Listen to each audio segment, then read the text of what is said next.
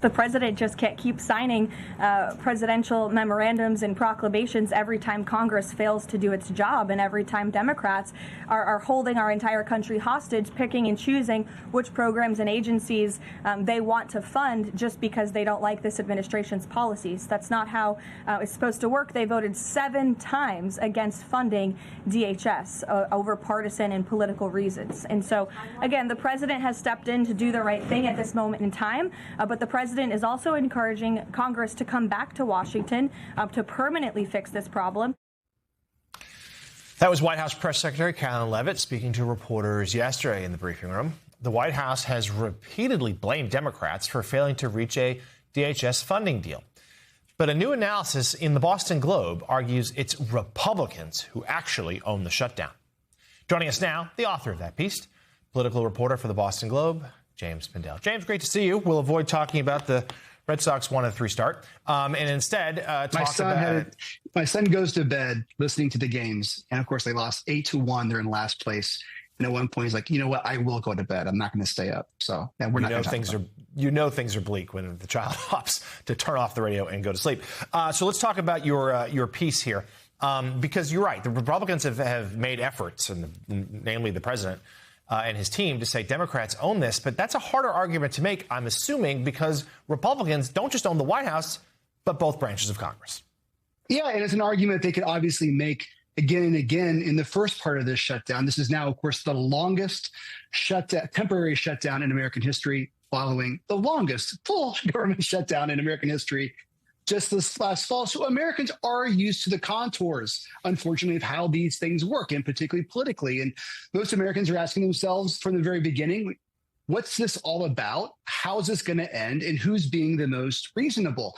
You know, for the most part, in the beginning of this, the first, say, 60 days or so, or the first 30 days or so, it was, well, it's a policy debate about immigration. Republicans don't want to have any leashes in their ability to remove people from the country. Democrats just don't want federal agents shooting people in the face. You would think that somewhere we would have a compromise over that, get over the hurdle in the Senate and fund the government.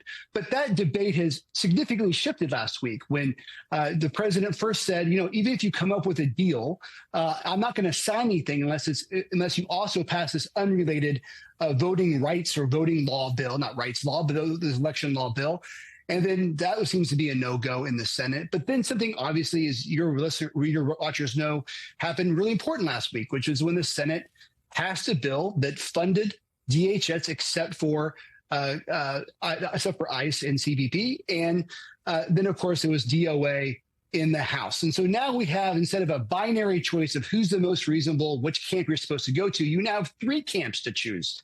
Democrats, who are gleeful right now and holding out, the Senate Republicans or the House Republicans. And of course, the wild card always is President Trump, if he wants to move things or not.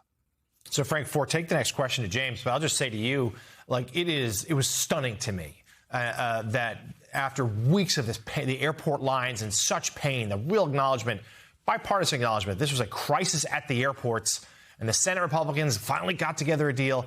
The House swiftly and thoroughly said no.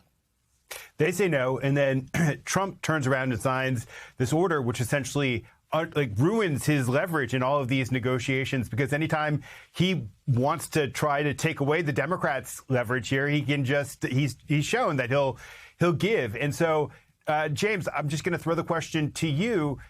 Democrats have basically shown that there's no cost to them for keeping this shutdown going. And Republicans seem a little bit oblivious to it. So what breaks the deadlock here in the end?